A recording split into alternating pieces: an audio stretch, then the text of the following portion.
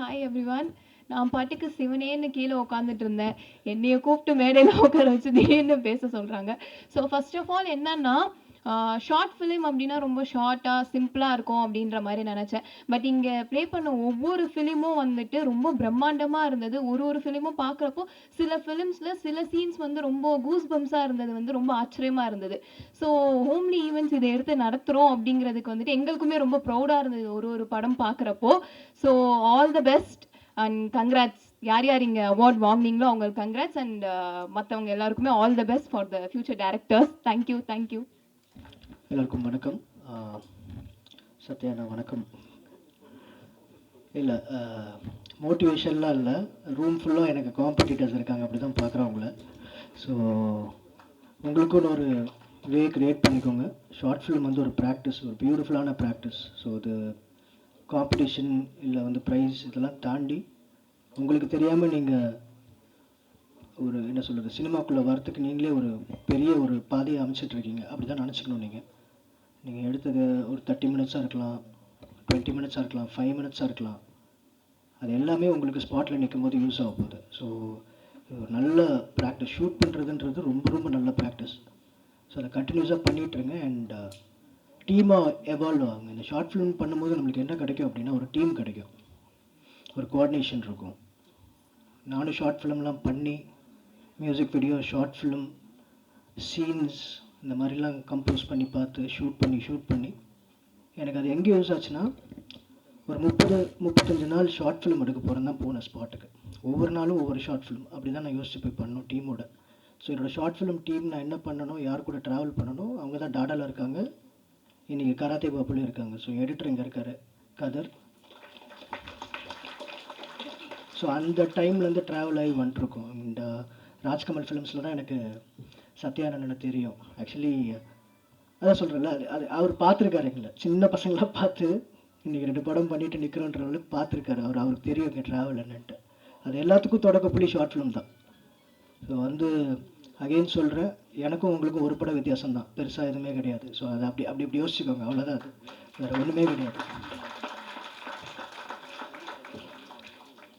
So இந்த ப்ராக்டிஸை follow பண்ணிகிட்டே இருங்க, ஷூட் பண்ணிகிட்டே இருங்க. படமும் ஒவ்வொரு நாளும் ஒவ்வொரு ஷார்ட் ஃபிலிம், ஒவ்வொரு நாளும் ஒவ்வொரு அப்ரோச். அது சினிமாக்குன்னு ஒரு ஃபார்மேட் கிடையாது. ஷூட்டிங் பண்ணுறதுக்கு, ஐ மீன் 35 டேஸ் ஒரு ஃபிலிம் மேக்கிங்க்குன்னு ஒரு ப்ராசஸ்லாம் கிடையாது. தினம் புதுசாக ஒரு சேலஞ்ச் வரும். அந்த சேலஞ்சை எப்படி நம்ம ஓவர் கம் பண்ணி எப்படி நம்ம மைண்டில் வச்சுருக்கிறத கொண்டு வர போகிறோன்றது தான் ஃபிலிம் மேக்கிங்கோட ப்ராசஸ்ஸு. ஸோ இதுதான் ப்ராசஸ், இப்படி தான் இருக்கும். இவர் மோட்டிவேஷன் கொடுத்து அதை கேட்டுட்டு நம்ம அப்படிலாம் கிடையாது. எனக்கு அதெல்லாம் கிடையாது, எதுவுமே யோசிக்காதீங்க. நீங்கள் சூப்பராக ஒன்று பண்ணிட்டீங்க, அவ்வளோதான். இதை அப்படியே ஃபாலோ பண்ணி போங்க. உங்கள் ஹார்ட் என்ன சொல்லுதோ அதை கேளுங்க. இந்த படம் பண்ணுறதுக்கு உங்களுக்கு என்ன தூண்டுச்சோ, உங்களோட பெரிய படத்தை பண்ணுறதுக்கு நீங்கள் கேளுங்க, அவ்வளோதான். உங்களை நீங்கள் புரிஞ்சுக்கோங்க, உங்களை அண்டர்ஸ்டாண்ட் பண்ணிக்கோங்க, வேறு எதுவுமே தேவையில்லை. அதுவே உங்களை கொண்டு போய் சேர்த்துரும். எல்லாருக்குமே வாழ்த்துக்கள், நன்றி. எல்லோருக்கும் வணக்கம். ஹோம்லி மியூசிக் இது ஒரு எங்கள் ஃபேமிலின்னு சொல்லுவேன். ஏன்னா அந்த அளவுக்கு அவங்க கூட எனக்கு ஒரு நெருக்கம். நிறைய மியூசிக் சாங்ஸ் ஆல்பத்துக்கெல்லாம் பேசுவோம், ஷோஸ், அது மாதிரி நிறைய கனெக்ஷன் இருக்குது ஹோம்லி மியூசிக் எனக்கும். பட் இந்த ஃபெஸ்டிவல் வந்து அவங்க சொல்கிறாங்க ஒரு 256 ஆர் 300 அதர் லாங்குவேஜ் இப்படி ஒரு ஷார்ட் ஃபிலிம்ஸ்லாம் எடுத்து இதுக்கு வந்து எஃபர்ட் எடுத்து இன்றைக்கி இருக்கிற ஃபோன்லேயும் நம்மக்கிட்ட இருக்கிற FX3 இல்லை அட்வான்ஸ் அந்த கேமராலேயே வச்சு இவ்வளோ ப்ரூஃப் பண்ண முடியுமான்னு அவங்க சில மாண்டேஜ்லாம் சொல்லி அவங்க என்கிட்ட சொல்லும் போது அது புரிஞ்சிருக்கு. பட் முதல்ல இதில் பார்ட்டிசிபேட் பண்ண எல்லாருக்குமே ஒரு கங்க்ராச்சுலேஷன்ஸ். அவங்களுக்கு ஒரு பெரிய கைத்தட்டல் கொடுக்கணும். ஏன்னா இங்கே உங்கள் ஃபிலிம் அந்த டாப் 10 வரலையோ இல்லை டாப் 50 வரலையோ, கண்டிப்பாக அந்த எடுத்த எஃபெக்ட் இன்னொரு இடத்துல உங்களுக்கு ஒரு எக்ஸ்பீரியன்ஸாக இருக்கும். எங்களுக்கு வந்து எங்கள் டான்ஸ் எப்படியோ நாங்கள் போயிட்டே இருப்போம். அடுத்தடுத்த சாங் எங்கே வந்து இதோட எக்ஸ்பீரியன்ஸ் தான் ஒரு ஹிட்டு கொடுத்துருப்போம். அது மாதிரி ஸோ ஸ்ட்ராங்காக இருக்குது. இன்றைக்கி ஒரு பெரிய டைரக்டர்ஸ்லாம் வந்து இந்த மாதிரி ஒரு கைவிட்டு என்ற மாதிரி இப்படி ஒரு ஷார்ட் ஃபிலிம் எடுத்து தான் இன்றைக்கெலாம் பெரிய டைரக்டராக சாதிச்சிருக்காங்க. ஸோ எல்லா லாங்குவேஜ்னு சொல்லும் போது எனக்கு ரொம்ப பெருமையாக இருக்குது இங்கே வந்ததில் நான் உங்கள் கூட கலந்துக்கிறதுக்கு. ஸோ ஏன்னா எப்படி அதை செலக்ட் பண்ணாங்கன்னு தெரியல. இப்போ ஹோம்லி மியூசிக் அந்த டெக்னீஷியன் 256லேருந்து ஒரு 10 ஃபிலிம்ஸ்லேருந்து 2-3 செலக்ட் பண்ணுறது கஷ்டம். இதில் செலக்ட் பண்ணது நானே ஆவலாக இருக்கேன், அந்த ப்ரைஸஸ் யாருக்கு சொல்ல போகிறாங்க அப்படின்ட்டு. உங்களை மாதிரி தேங்க்யூ என்னை இன்வைட் பண்ணதுக்கு. நன்றிப்பா. ஃபிலிம் ரொம்ப ஸ்ட்ராங்காக இருக்குது. அதை விட வந்து இன்றைக்கி வந்து என்னதான் நெட்ஃப்ளிக்ஸ் என்னதான் ஓடிடி என்னதான் வந்தாலும் க்ரியேட்டிவிட்டி தான்ப்பா ஜெயிக்கும். இது என்னோட கருத்து. நானும் வந்து இன்றைக்கி டான்ஸில் நிறைய போட்டி நிறைய விஷயம் நிறைய இது வந்தாலும் இன்றைக்கும் நாங்கள் ஏதோ ஒன்று ஜெயிச்சிட்ருக்கோன்னா க்ரியேட்டிவிட்டி ஒன்று தான் இருக்குது. இல்லைன்னா இன்றைக்கி ஏஐ வந்து எல்லாத்தையும் வந்து அழகாக எடுத்துகிட்டு போயிடும். இன்றைக்கி வந்து இந்த பொம்மைங்க இது பண்ணுது அது பண்ண நம்ம அந்த க்ரியேட்டிவிட்டி ஏஐ பண்ணுறதுக்கும் ஒரு க்ரியேட்டிவிட்டி டைரக்டரால் மட்டும்தான் முடியும். ஸோ உங்கள் எல்லா டைரக்டர் பார்த்ததுல எனக்கு ரொம்ப சந்தோஷம். இந்த கடவுள்களை உருவாக்குகிற ஒரு அற்புதமான பணியை செய்து கொண்டிருக்கிற ஹோம்லி இந்த குழுவினர் மொத்த பேருக்கும் என்னோட மனமார்ந்த நன்றியையும் வாழ்த்துக்களையும் தெரிவிச்சுக்கிறேன். ஏன்னா இங்கே தான் இந்த மாதிரி ஃபிலிம் ஃபெஸ்டிவலில் தான் இந்த மாதிரி பல கலைஞர்கள் உருவாகுறாங்க. இதிலிருந்து நாளைக்கு ஒரு லோகேஷ் கனகராஜ் சார் மாதிரியோ ரஞ்சித் சார் மாதிரியோ சங்கர் சார் மாதிரியோ இன்னும் பல பெரிய இயக்குநர்களாக வர இருக்காங்க. இந்த மாதிரி ஒரு அற்புதமான பணியை செய்து கொண்டிருக்கிற இந்த குழுவினருக்கு என்னோட மனமார்ந்த வாழ்த்துக்களை மீண்டும் ஒரு முறை தெரிவித்துக் கொள்கிறேன். இந்த போட்டியில் வெற்றி பெற்றிருக்கிற அனைவருக்குமே என்னுடைய மனமார்ந்த வாழ்த்துக்கள். வெற்றி வாய்ப்பை இழந்த அனைவருக்கும் மீண்டும் இந்த மாதிரி போட்டிகளை கலந்துக்கிட்டு மிகப்பெரிய வெற்றி அடையணும். நீங்கள் எல்லாருமே மிகப்பெரிய ஒரு எதிர்காலம் உங்களுக்கு அமையணும்னு ஆண்டவனை பிரார்த்திக்கிறேன். வாய்ப்புக்கு நன்றி. வணக்கம். ஆக்சுவலி நான் இதுக்கு ப்ரிப்பேர்டாக வரல பேசுகிறதுக்கு. ஒரு விஷயம் நான் லைஃப்பில் பார்த்ததை வச்சு சொல்லணுன்னா, நம்மக்கிட்ட இருக்கிற டேலண்ட் என்னன்றதை வந்து ஃபர்ஸ்ட் நம்ம தெரிஞ்சுக்கணும். ஏன்னா மற்றவங்க பார்த்து கண்டுபிடிக்கிறதுன்றது ஒன்று, நமக்கு தெரியறது தான் ஃபர்ஸ்ட் வெரி இம்பார்ட்டண்ட். ஸோ நம்மளோட டேலண்ட் என்ன, நம்மக்கிட்ட என்ன வரும் அப்படின்றத அனலைஸ் பண்ணி அட்ரஸ் பண்ணி அதை கரெக்டான ஒரு விஷயமா கொண்டு போய் சேர்க்கும் போது ஐ திங்க் அதுக்கான அதை ரிசீவ் பண்ணுறதுக்கான ஒரு விஷயம் வந்து கண்டிப்பாக யூனிவர்ஸ் அமைச்சு கொடுக்கும்னு நான் நம்புகிறேன். ஸோ அந்த மாதிரி இங்கே எஃபர்ட் போட்டு வந்து இவ்வளோ விஷயம் பண்ண எல்லாருக்குமே வந்து கங்க்ராச்சுலேஷன்ஸ். வின் பண்ணுறோம் பண்ணலன்றது வந்து செகண்டரி. ஒரு எஃபர்ட் எடுத்து பண்ணுறது தான் வந்து more important then anything else. So உங்கள் எல்லாருக்கும் best wishes once again.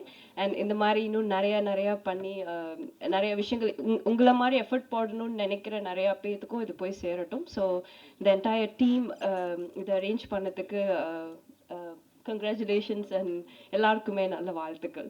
Sorry ignore my voice, எனக்கு ஹெல்த் கொஞ்சம் சரியால. But ya, thank you. ஆக்சுவலி எப்போவுமே வந்து ஒரு எக்ஸாம் இல்லாமல் ஒரு திறமையை நம்ம நிரூபிக்க முடியாது. அது நீட்டாகட்டும் எதுவாகட்டும் ஒருத்தவங்கள தகுதியானவங்களாக தேர்ந்தெடுக்கிறதுக்கான ஒரு எக்ஸாம் தான். பட் ஆனால் தோற்று போனவங்க தகுதி இல்லை அப்படின்லாம் இல்லை. ஸோ ஆனால் அது மாதிரியான ஒரு களம் கிடைக்கிறது ஒரு பெரிய விஷயம். ஏற்கனவே அந்த மாதிரியான களங்களுக்கு வந்து ஒரு காலத்தில் வந்து நமக்கு வந்து கலைஞர் டிவியில் வந்து நாளை இயக்குனர்னு ஒன்று வந்துச்சு. அப்படி ஷார்ட் ஃபிலிம்லேருந்து வந்தவங்களுக்கு ஒரு வேடந்தாங்களாக இருந்தவர் வந்து அண்ணன் சிவி குமார் சார். அது நிறைய பேருக்கு தெரியும். ஸோ இந்த மாதிரியான மேடைகள் அந்த மாதிரியான தயாரிப்பாளர்களுக்கு உங்களை காமிக்கிறதுக்கு ஒரு மிகப்பெரிய வாய்ப்பாக இருக்கும். ஸோ இந்த வாய்ப்பை ஏற்படுத்தி கொடுத்துருக்க இந்த ஹோம்லி மாதிரியான நிறைய ஷார்ட் ஃபிலிம் ஃபெஸ்டிவல் நடக்கணும்னு நான் நினைக்கிறேன். ஏன்னா ஒரு டைமில் வந்து அசிஸ்டன்ட் டைரக்டராக இருந்தால் மட்டும்தான் வாய்ப்பு கிடைக்கணும்னு இருந்துச்சு. ஸோ அதை மாற்றினதை அதுக்கான பிரம்மாக்கள் தான் சார்லாம் தான். ஸோ அந்த மாதிரியான விஷயங்களை மாற்றி அமைச்சாங்க. அதுக்கான முயற்சி தேர்ந்தெடுக்கிற ஆட்கள் இருக்கும்போது இது மாதிரியான ஒரு களங்கள் ஒரு எக்ஸாமினேஷன் சென்டராக இது தேவைப்படுது. ஸோ ஹோம்லி மாதிரியான நிறைய திரைப்பட ஷார்ட் ஃபிலிம் ஃபெஸ்டிவல் நடக்கணும்.